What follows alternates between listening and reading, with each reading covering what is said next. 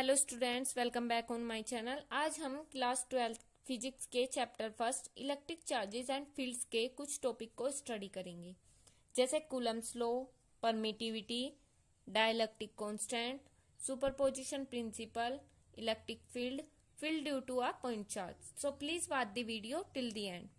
First topic is Coulomb's law. What is Coulomb's law? Coulomb's law says that the force of attraction or repulsion between 2 point charges is directly proportional to the point product of the point charges and inversely proportional to the square of the distance between them. Coulomb's law क्या कहता है कि किसी भी दो point charges जैसे कि Q1 and Q2 उनके बीच में लगने वाला फोर्स ऑफ अट्रैक्शन या force of repulsion directly proportional होता है उन चार्जेस के प्रोडक्ट के एंड इनवर्सली प्रोपोर्शनल होता है उनके डिस्टेंस के स्क्वायर की। यहाँ से हमें दो इक्वेशन मिल गई।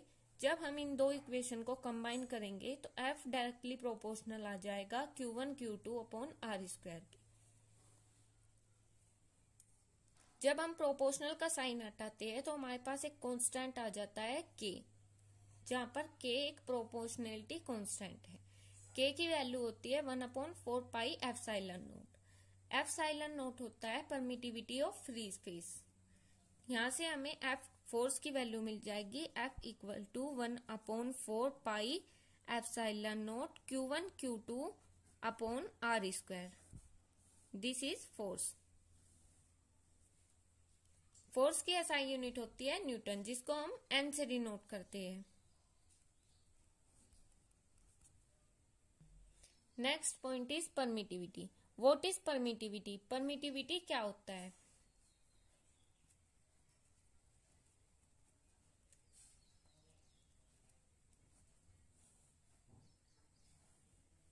किसी भी मीडियम की वो प्रॉपर्टी जिससे वह दो चार्जेस के बीच लगने वाले इलेक्ट्रिक फोर्स को डिटरमाइन करता है, उसी प्रॉपर्टी को हम परमिटिविटी कहते हैं।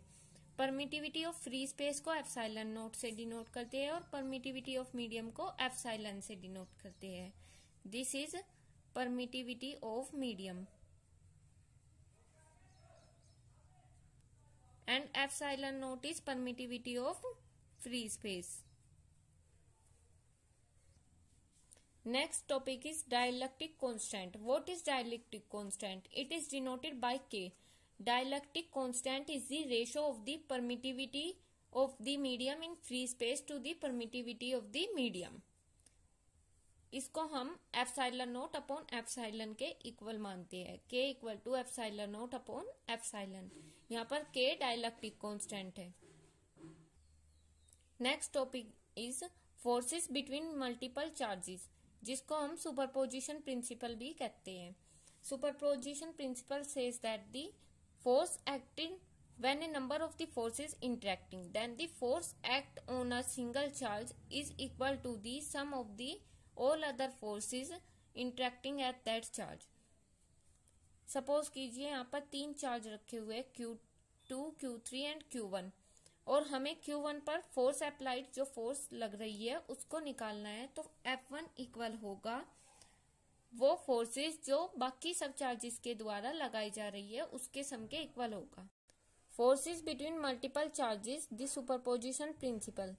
The principle of superposition states that when a number of charges are interacting the total force on a given charge is the vector sum of the forces exerted on it due to all other charges.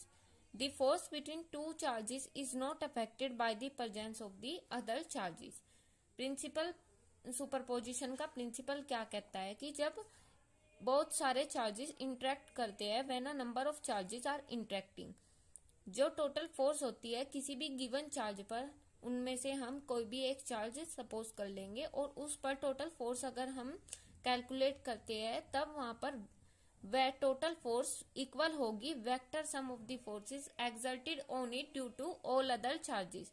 All other charges जो बाकी charges हैं उनके द्वारा लगाई गई force के vector sum के equal होगी। The force between two charges is not affected by the presence of other charges.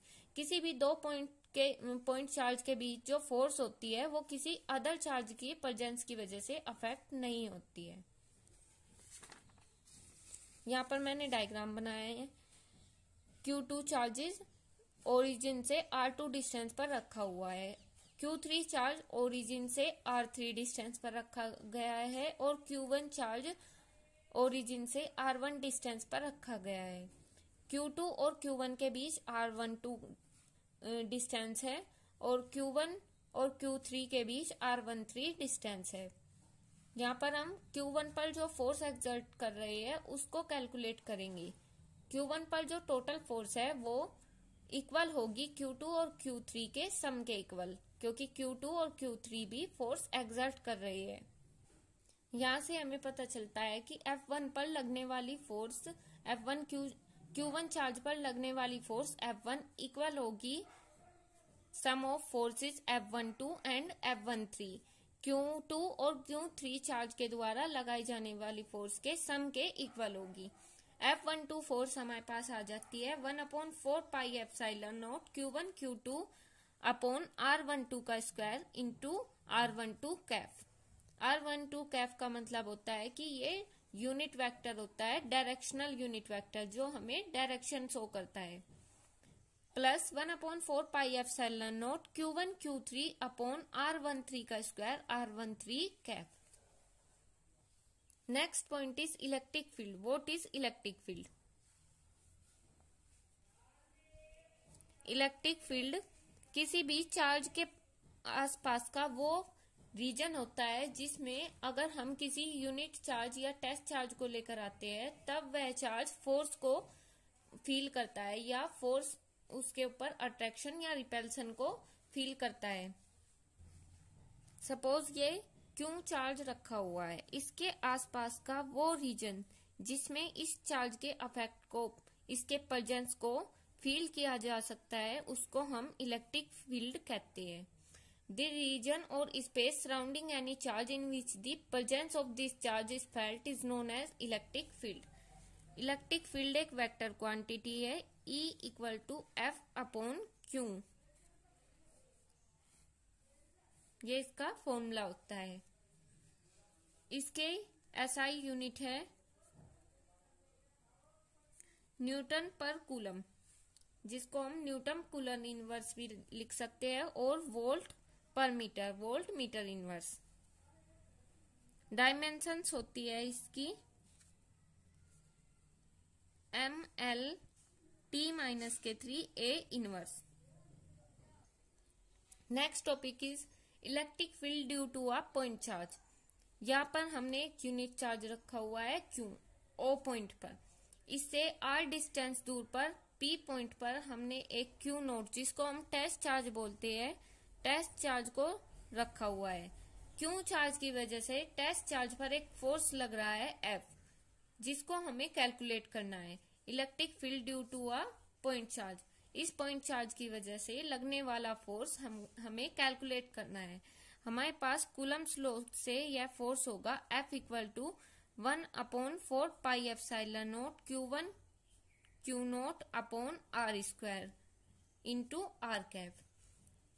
Force हमारे पास आ गया, और इलेक्ट्रिक फील्ड का फॉर्मूला हमने अभी देखा था, electric field equal to force upon Q naught, test charge पर लगने वाला electric field, 1/4πε0 Q upon R square into R cap. यहाँ से हमारे पास इलेक्ट्रिक फील्ड की वैल्यू आ गई। Magnitude of electric field, electric field का मैग्नीट्यूड क्या होगा, 1/4πε0 Q upon R square. This is the value of the magnitude of electric field.